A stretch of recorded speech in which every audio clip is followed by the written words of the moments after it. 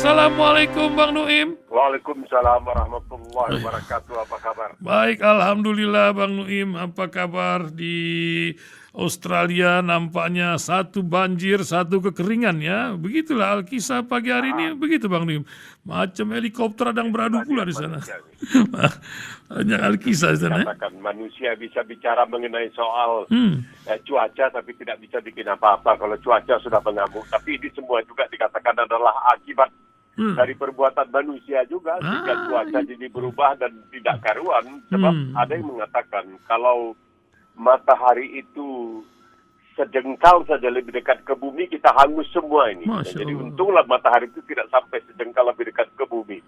Kalau oksigennya 1% saja lebih banyak, itu kita akan mengalami kebakaran terus-terusan. Alhamdulillah kita percaya Allah Subhanahu wa taala dengan rahmatan lil alamin memberikan keleluasaan kepada kita untuk mengatur hidup kita tanpa kalau bisa merusak alam.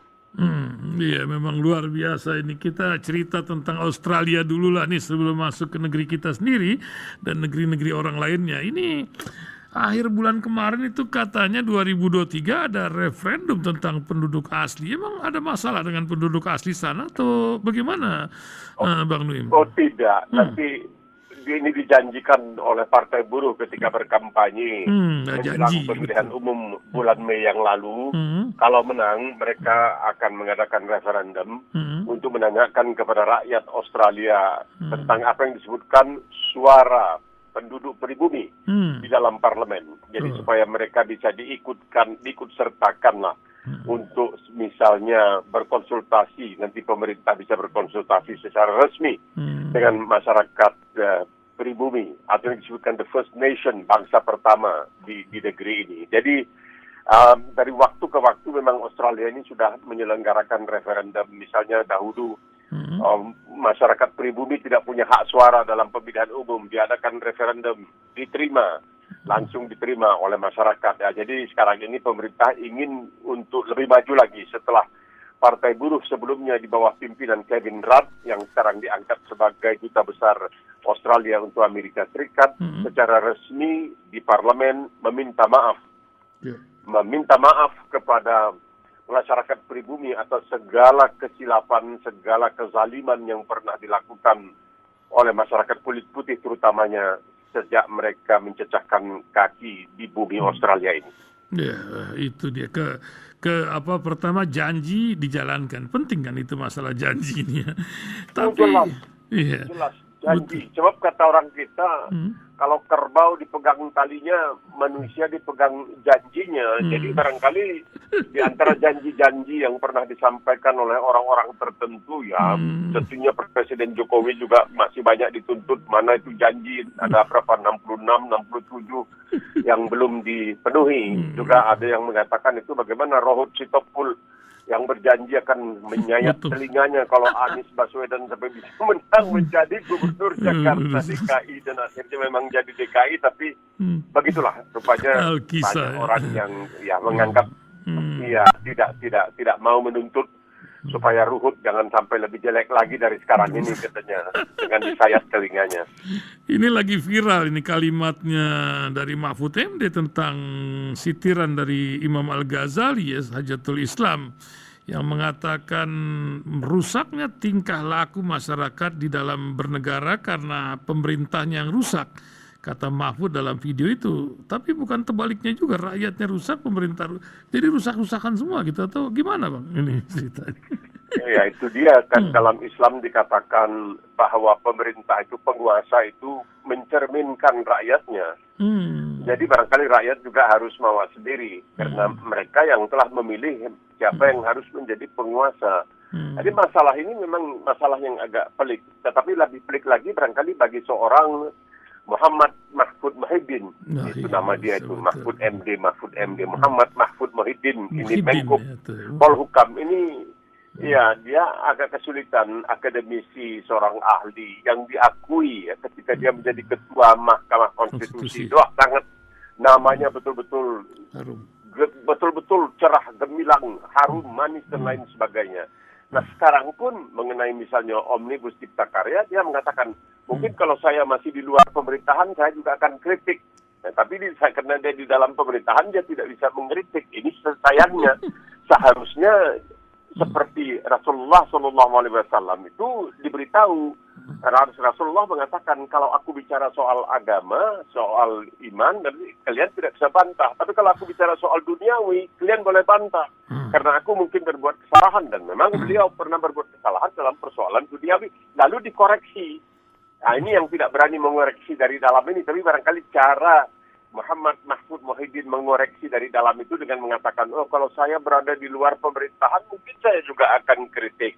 Kemudian juga dia mengatakan, ya itulah katanya ini kesalahan ini masyarakat seperti ini mungkin karena pemerintahnya seperti ini. Jadi kritik itu tidak secara belak-belakan, secara terus terang, tetapi secara halus. Paling tidak dia akan mengatakan nanti pertanggungjawabannya, ya saya sudah pernah mengkritik tapi tidak secara langsung. Jadi kritiknya itu kalau ibarat orang Melayu mengatakan pukul anak, sindir menantu. Jangan pukul menantu langsung, jangan pukul pukul anak. Jadi tapi yang disindir itu menantu, kesian si anak. Dia juga yang mengatakan kalau sekiranya ini sebagai seorang menteri, kalau sekiranya korupsi di bidang pertambangan saja katanya bisa dihapuskan, itu katanya rakyat Indonesia ini sudah sejahtera. Seluruh rakyat Indonesia ini bisa tiap bulan dapat sekian juta rupiah dan lain sebagainya. Nah, tapi dia juga yang bicara habis-habisan secara keras-kerasan dalam persoalan Verdi Sambo dan sebagainya. Tapi dia juga agak kesulitan dia. Lalu kesian udah menyediakan kemeja putih, mau diumumkan sebagai calon wakil presiden, tahu-tahu nggak jadi. Ya itulah kehidupan manusia itu ada kekecewaan. Jadi barangkali belakangan ini kekecewaan itu ya disampaikan. Misalnya kalau saya pun berada di luar pemerintahan, saya akan barangkali mengkritik apa yang terjadi dengan Omnibus Law ini. Jadi begitulah Mahfud MD secara basa-basi, secara sopan santun, pukul anak, sindir menantu. Sayangnya menantunya sudah banyak yang jadi anggota DPR ini, karena untuk jadi anggota DPR ini sudah pada tinggi nih biayanya. Nih kata Pak Pramono Anung, kalau mau jadi anggota DPR di Indonesia itu 5-100 miliar, Cing. Entah di Australia macam mana Bang ya kalau parlemen itu anggotanya. Nggak ada. Di sini kan ditentukan oleh partai dan oleh juga sebagian masyarakat. Sekiranya hasil pemilihan umum bulan Mei yang lalu di Australia itu mengagetkan sekali. Karena banyak sekali calon yang disebutkan mandiri, independen yang menang. Termasuk yang dikalahkan oleh calon independen itu adalah orang yang sebelumnya menjadi boleh dikatakan orang kedua di dalam pemerintahan Partai Liberal dan Partai Nasional. Yaitu ya bisa dikalahkan. Ini kebanyakan perempuan juga itu, perempuan dan didukung oleh perempuan lain. Ini satu keanehan. Mak lah gitu. Ini betul-betul satu keanehan. Ya kalau di Indonesia mak, tapi di sini mereka lebih agresif lagi. Jadi begini. Pernah ada seorang politisi yang sangat berkedudukan di Inggris yang bernama Barbara Castle dalam Partai Buruh. Dan dia mengaku, kalau di dapil saya, mayoritas pemilih adalah wanita atau perempuan, saya nggak akan kepilih. Ditanya kenapa? Wah, perempuan itu paling sengit terhadap perempuan lain. Gitu. Ini kata dia ya, bukan kata saya. Tapi di Australia berbeda. Berbeda. Itu bisa dikalahkan. Itu pernah seorang tokoh itu dikalahkan oleh seorang dokter yang kebetulan lesbian. Di Australia ini, itu perempuan mandiri tanpa partai. Mereka maju tanpa partai, bisa maju karena didukung oleh sebagian dari masyarakat dan mereka kemudian kampanye tanpa dibiayai oleh siapapun, mungkin biaya sendiri. Nah, jadi kalau di Australia tidaklah seperti yang dikatakan di Indonesia itu, seperti Pramono Anung mengatakan tidak. Di sini itu lebih ringan lah untuk menjadi anggota. Tapi nanti setelah menjadi anggota itu bebannya luar biasa. Itu bebannya luar biasa. Kalau ketahuan sampai dengan sengaja tidak menghadiri sidang parlemen, waduh, itu bisa jadi macam-macam ributnya luar biasa. Dan mereka juga berkuasa sekali di dalam parlemen. Ini perempuan-perempuan yang terpilih sekarang ini berada di dalam bukan saja di Senat tetapi juga di DPR. Ini mereka ini luar biasa, gigih sekali berjuang. Mereka betul-betul berjuang sangat luar biasa. Harus kita akui. Padahal mereka tidak didukung oleh partai. Dan mereka memegang semacam keseimbangan suara. Mereka ini selalu didekati oleh pemerintah, ditanyakan oleh pemerintah, ini kita punya rancangan undang-undang begini. Oh, kami minta ini diubah. Oh, ini diubah. Nggak bisa mereka. Oh iya. Ya, enggak seperti di sebuah negara lah. Nampaknya cengli semua ya.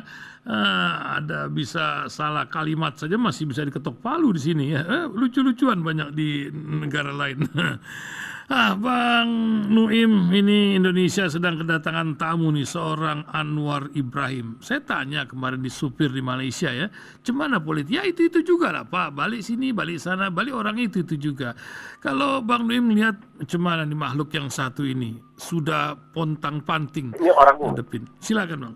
Orang pintar, orangnya pintar, tetapi mungkin ada masalah-masalah tertentu, punya masalah-masalah tidak usah kita ungkapkan di sinilah. Tapi orangnya pintar. Saya pernah agak beberapa hari begitu menghadiri suatu upacara, satu peristiwa di Melbourne ini yang dihadiri waktu itu dia masih dalam penjara. Istrinya Wan Azizah Wan Ismail yang ahli mata barangkali, dokter mata, ahli mata. Itu saya tidak pernah melihat istrinya itu senyum. Tidak tahu saya kenapa. Mungkin dia memikirkan suaminya dalam penjara atau tetapi banyak orang mengatakan mungkin ada hal-hal tertentu yang menjadi masalah bagi Anwar Ibrahim ini sendiri. Walaupun itu pribadi yang tidak bisa kita ungkapkan sebenarnya. Jadi dia memang sudah pernah dijanjikan oleh Mahathir Mohamad akan menjadi Perdana Menteri. Tapi belakangan ini Mahathir juga mengatakan sebenarnya dalam Pakatan Harapan dan lain sebagainya itu saya akan mengangkat dia. Tapi tidak juga mengangkat dia. Kenapa? Mungkin ada pertimbangan-pertimbangan melihat bahwa mungkin ada hal-hal yang membuat seorang Mahathir Mohamad itu tidak bisa atau tidak mau untuk melaksanakan janjinya untuk menyerahkan jabatan Perdana Menteri kepada Anwar Ibrahim. Tapi kita melihat, inilah di Malaysia. Jadi barisan nasional yang disebutkan yang sangat berkuasa selama ini dan lain sebagainya, itu tidak juga akhirnya bisa bertahan melawan partai-partai baru yang tumbuh yang betul-betul memang memperjuangkan nasib rakyat. Jadi bukan hanya timbul begitu saja, dan biayanya pun saya pikir tidak sampai seperti yang dikatakan Pramono Anung, seperti di Indonesia yang begitu mahal. Coba kita bayangkan, kalau ada seorang misalnya calon gubernur yang mengeluarkan uang sampai begitu banyak dengan pinjam kiri kanan untuk menjadi gubernur. Setelah dia jadi gubernur bagaimana? Gajinya saja jelas tidak akan cukup untuk bisa membayar kembali untuk melunasi hutang-hutangnya itu. Inilah masalahnya politik uang ini, yang disebutkan politik uang ini.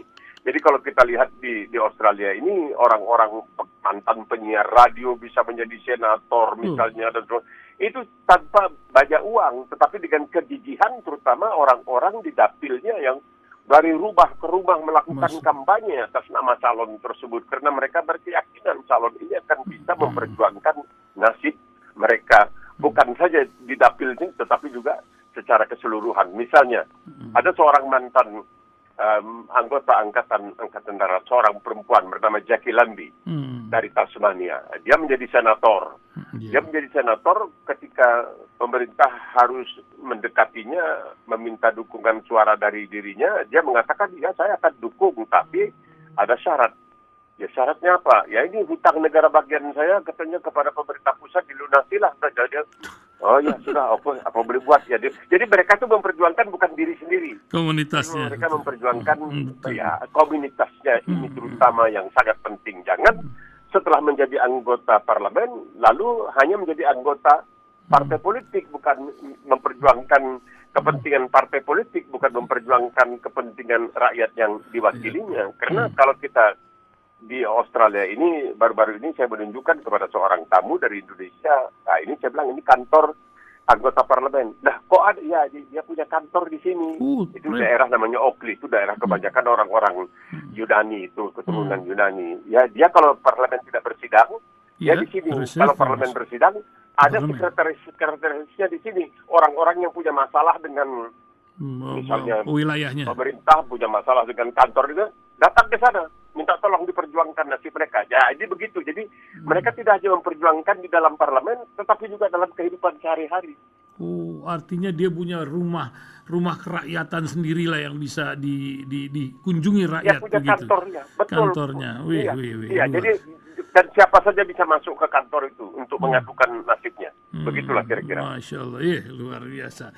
Ya, Bang Nuim, nampaknya ada juga yang bertanya. Tadi kan Bang Nuim sentuh masalah Pak Mahfud MD yang sangat concern terhadap kasus Sambo di awal-awal. Tapi ini ada sebuah meme yang mengatakan yang dibunuh 1 orang, yang terlibat lebih dari 91 orang. Ini peristiwa Pak Sambo ini ya.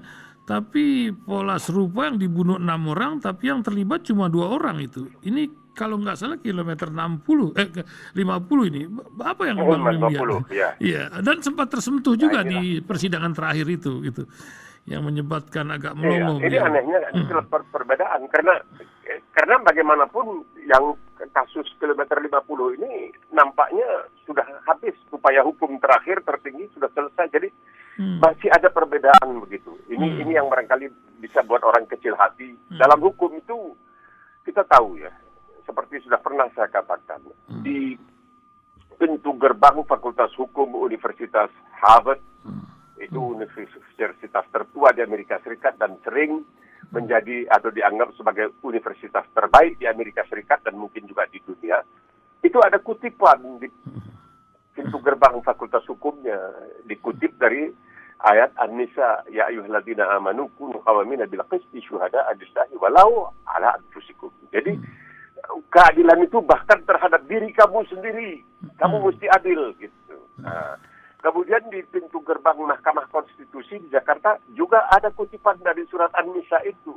Pentingnya karena di samping itu ada ayat yang mengatakan wa idza hakamtum bainan nas an tahkumu bil adil, ketika kamu menghukum di antara manusia kamu harus adil. Jadi ini seakan-akan ada ketidakadilan. Baca bagaimana putusan hakim dalam kasus ekspor kelapa sawit. Dijatuhi hukuman 1 tahun. Alasan hakim kenapa? Dia belum pernah bersalah. Kemudian dia punya tanggungan. La ilaha illallah. Begitu banyak orang dalam penjara itu punya tanggungan lebih dari 1 anak, lebih dari 2 anak, mungkin lebih dari 1 istri barangkali pun. Itu ini kenapa? Orang ini kenapa diberikan keistimewaan? Seperti halnya juga dengan kasus Joko Chandra. Dia dihukum berapa? 3 tahun lah. Karena dia udah pernah dihukum di masa lalu. Kalau dia sudah pernah dihukum di masa lalu, dia masih tidak jera, dihukum lebih berat lagi.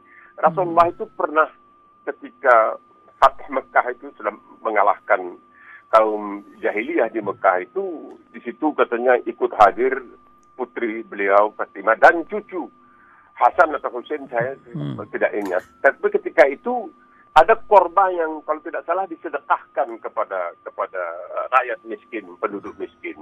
Nah, Hasan dia masih kecil, ini tidak ngerti, dia ambil aja itu korban 1 dia makan. Langsung Rasulullah ambil korban itu balik. Kenapa? Itu hak orang miskin, kau jangan begitu kepada anak kecil. Itu hak orang miskin.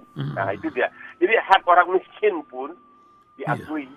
Makanya saya bilang waktu ini cerita mengenai pribadi sedikit. Kakak saya setelah suaminya meninggal di Arab Saudi, dia kembali ke Indonesia, masih pegang paspor Republik Indonesia. Itu untuk urusan KTP itu hampir 3 tahun. Lalu saya bilang kepada keponakan, coba kasih tahu di tempat kamu mengurus KTP untuk makcik kamu, untuk bibi kamu, untuk tante kamu itu, bahwa yang namanya Joko Chandra itu mengurus KTP-nya di Jakarta Selatan hanya setengah jam. Masya Allah. Nah, ini dia kan. Kenapa? Ini yang jadi masalah. Jadi kalau kadang-kadang orang kecil itu dihukum begitu hebat, orang besar bisa membangun satu kota. Satu kota, saya tanya kepada yang membangun kota itu, ini ada izinnya. Itu izin perkara kecil itu sebagainya. Saya bilang ini wakil gubernur mengatakan bahwa ini tidak punya izin. Dia tahu apa? Ini tidak bisa. Ketika kamu memberikan keistimewaan kepada orang yang kedudukan lebih tinggi, itu bukan berarti keadilan. Bohong. Padahal seperti dikatakan oleh Karen Armstrong, seorang mantan biarawati dari Inggris, dalam bukunya tentang Rasulullah SAW, dia mengatakan Al-Quran mengamanatkan kepada para pemeluk agama Islam untuk menciptakan masyarakat yang adil dan beradab. Ini adil ini wa idza hakamtum bainan nas an tahkumu bil adil. Ketika kamu, dari coba bayangkan kalau orang Muslim itu setiap akhir khutbah Jumat itu selalu dikatakan ibadallah rahimakumullah innallaha ya'muru bil 'adli wal ihsan. Tuhan menyuruh kamu berbuat adil, berbuat baik. Adil dulu, baru baik. Nah, itu yang penting. Jadi kalau 91 orang terlibat untuk 1 orang, sedangkan untuk 6 orang hanya terlibat 2 orang, ya itu tidak adil. Iya, memang ini juga kejadian pula entah di berbagai tempatnya. Kita pengen jalan-jalan perkembangan di Palestina, Bang Nuim. Ini kan sampai ada kalimat perang terakhir kepada Palestina. Ketika orang yang kata orang Bogorin itu nyahok-nyahok ya, namanya Netanyahu itu mengangkat Ben Gvir sebagai Menteri Keamanan. Hang Heng Hong di seluruh dunia ini. Apa yang Bang Nuim pernah tulis juga dalam sebuah buku, perkembangan apa yang terjadi, beda antara Ukraina dan Palestina nasibnya ini. Gimana Bang Nuim? Kesaktian Israel. Israel punya kesaktian karena ini masalahnya bukan masalah kecil. Pertama ada soal pertimbangan agama, bukan Islam ya. Iya. Ini ada agama yang punya pertimbangan tertentu yang menganggap harus membela Israel karena ini penting demi akhir zaman. Begitu kira-kira. Walaupun agama sudah banyak ditinggalkan sama komunitas itu ya. Ya, silakan. Jadi kesaktiannya itu di situ. Lalu ada yang mengatakan, karena orang Yahudi itu banyak duitnya dia kasih ke Amerika. Bohong. Amerika yang kasih duit kepada Israel, bukan kebalikan. Obama itu yang paling sebenarnya, yang paling jahat itu sebenarnya Obama lah. Dialah yang di zaman dia itu, dia mengusahakan agar Kongres Amerika menyetujui pemberian bantuan sebanyak 38 miliar dolar selama jangka waktu 10 tahun kepada Israel dan sebagainya. Dan dia yang ketika kampanye menjanjikan akan memindahkan ibu kota Israel dari ke Yerusalem ke Al-Quds dan lain sebagainya. Itu satu. Kedua, merasa bersalah. Jadi Barat merasa sangat bersalah karena Barat ini yang melakukan kezaliman yang sangat luar biasa terhadap bangsa Yahudi. Dan membela itu kebanyakan negara-negara Muslim pada waktu itu, seperti dikatakan oleh Mustafa Akyol dalam bukunya Islam Without Extremism, bahwa ketika di zaman Utsmaniyah seorang pemimpin agama orang Yahudi, Rebai, seorang ulama Yahudi, mengatakan kepada masyarakat Yahudi di Eropa, "Oi, kamu pindah ke Turki, ke khilafah, maaf ya, ini khilafah ini betul-betul khilafah, jadi kalau ada yang keberatan bisa minta. Tapi di kenyataan ini sejarah kita nggak ubah. Pindah ke khilafah Utsmaniyah, kamu dijamin tidak perlu tukar agama, karena di sana kamu apalagi di Spanyol setelah akhirnya kekuasaan Muslim di sana itu non-Muslim terutama orang Yahudi itu dipaksa mesti pindah agama.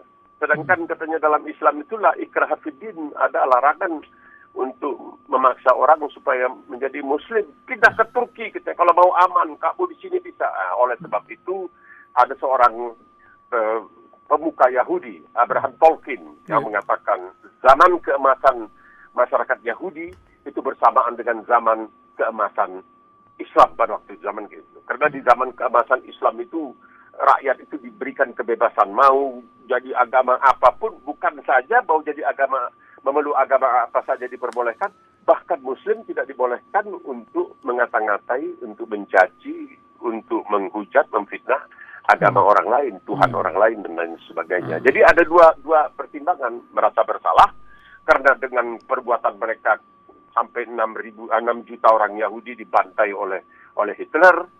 Kedua, karena pertimbangan agama yang menghendaki agama ini mengatakan bahwa kiamat akan terjadi apabila semua orang Yahudi telah berkumpul di satu tempat, maksudnya di Israel. Jadi dengan mengorbankan Palestina nggak apa-apa bagi mereka. Itulah kesaktian Israel itu boleh dikatakan pertimbangan utamanya itu ada dua. Pertama yaitu pertimbangan agama, karena agama mereka mengatakan bahwa akhir zaman akan tiba apabila semua umat Yahudi telah berkumpul di satu tempat.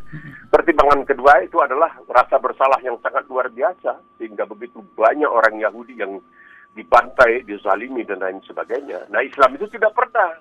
Islam itu tidak pernah. Bahkan kalau buku-buku yang saya baca yang ditulis bukan oleh Muslim, itu selalu menceritakan bagaimana di zaman kekuasaan Islam itu orang-orang Yahudi itu betul-betul sejahtera, berkembang biak. Dan kita tidak bisa melupakan bahwa 2 di antara wisudawan, yaitu lulusan dari universitas pertama di dunia, universitas pertama di dunia, itu Al-Qawariyin namanya. Al-Qawariyin bertempat di Fes di Maroko, didirikan oleh seorang muslimah, kakak beradik, 2 orang muslimah.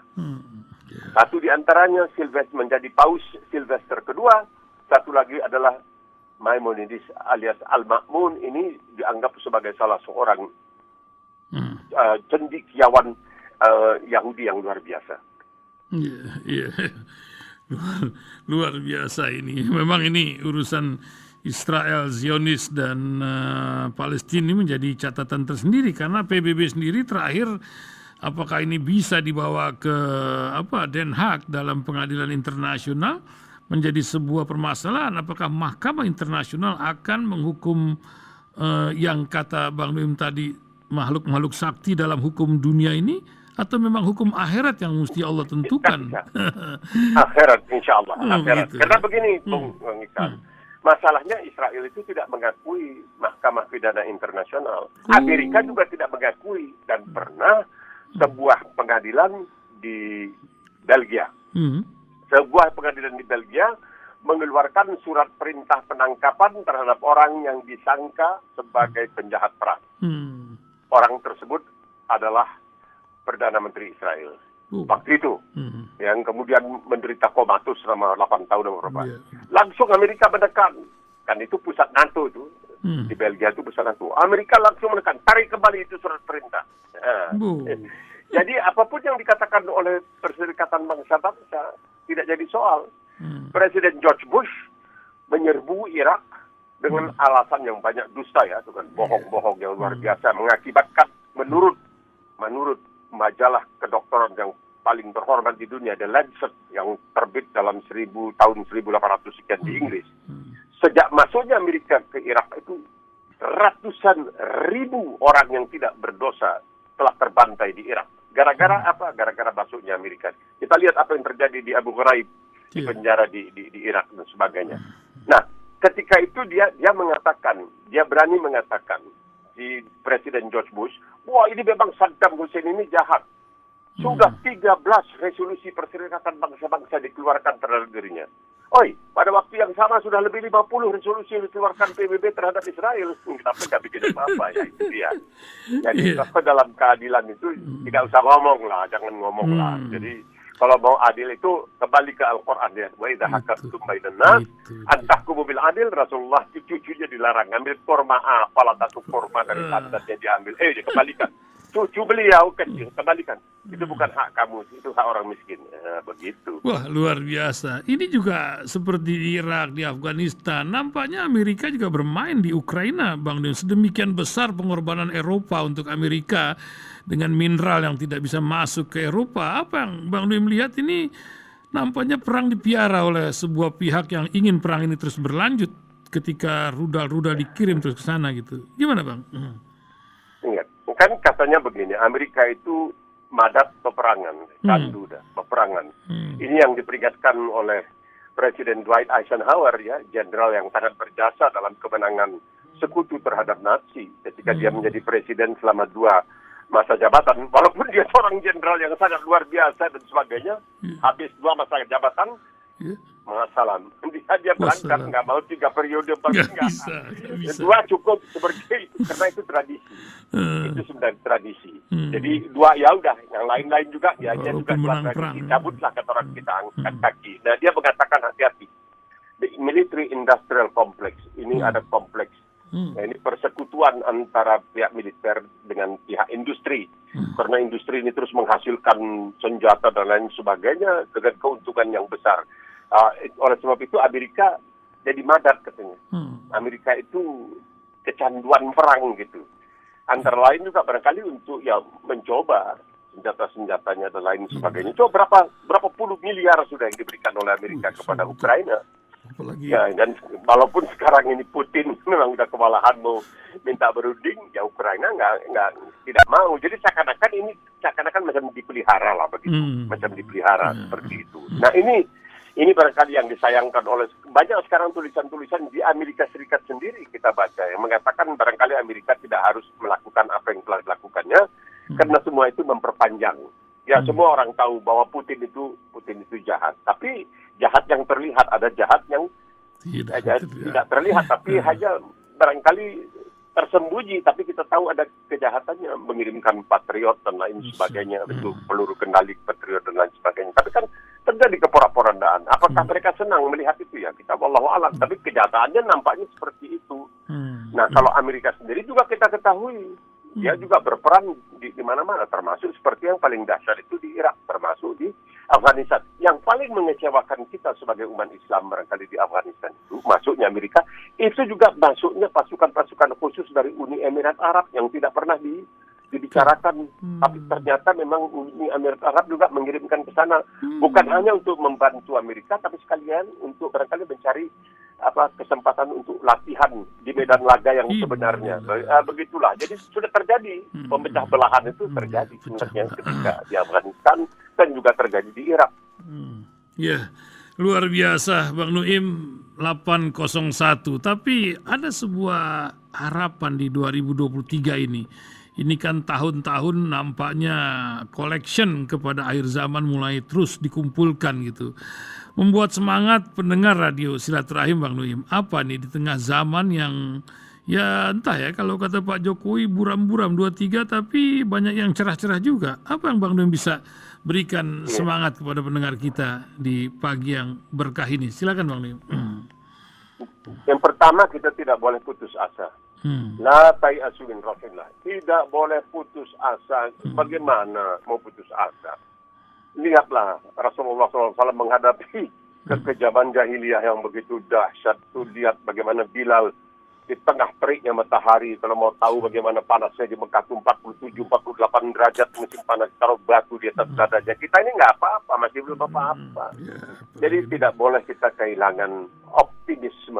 La tayasu min rauhillah. Jangan sampai kau kehilangan ini harapan ya, dari bantuan Allah Subhanahu wa taala. Itu tidak boleh dimungkin. Kenapa? Ya, karena kita sebagai muslim kita akan mengatakan bahwa ya Islam yang benar. Al-Qur'an itu memang dimaksudkan sebagai petunjuk, hidayah dan lain sebagainya. Al-Qur'an itu tidak bisa dicari kesalahannya, tidak ada. Nah, ini menarik Bung Ihsan. Ini hari ini hari Senin ini. Senin. Banyak laporan dari berbagai tempat tentang lebah. Lebah.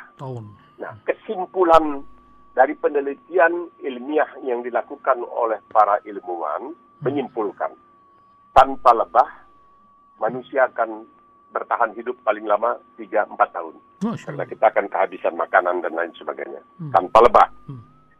Sekian tahun yang lalu di Universitas Nasional Australia di Canberra yang tidak tahu menahu tentang Islam menugaskan 3 orang ilmuwan dari Tiongkok, dari India, mungkin juga dari Australia untuk melakukan penelitian mengenai lebah. Menarik. Setelah 2 tahun meneliti, mereka menyampaikan kesimpulan. Sesungguhnya, kata mereka, lebah adalah kaum intelek di dunia haiwani. Subhanallah. Lebah adalah kaum intelek, makhluk intelek di dunia haiwani. Kita umat Islam tidak heran. Nah, kenapa tidak heran? Allah Subhanahu wa taala hampir 1500 tahun yang lalu sudah mengatakan wa auha rabbuka ilan nahl. Sesungguhnya Allah telah memberikan wahyi. Iqbal dari India menerjemahkannya telah mengajari. Tapi auha itu dari perkataan kata kerja, dari kata bendanya wahi atau wahyu itu. Wa auha rabbuka ilan nahl. Sesungguhnya Allah telah memberikan wahyi kepada lebah. Jadi dia menjadi intelektual dan 3 tahun kalau dia hapus, kita semuanya juga akan ikut hapus. Nah, inilah kebenaran dari Al-Quran. Semoga lebih menebalkan iman kita. Amin. Amin ya Rabbal Alamin. Terima kasih Bang Nuim Hayat telah menemani jutaan pendengar kita di seluruh jagat raya. Ini yang dari Prancis juga subuh-subuh ada yang dengar juga ini lampu di meja redaksi nyala di sana. Mudah-mudahan Allah berikan kesehatan dan keberkahan untuk Bang Nuim.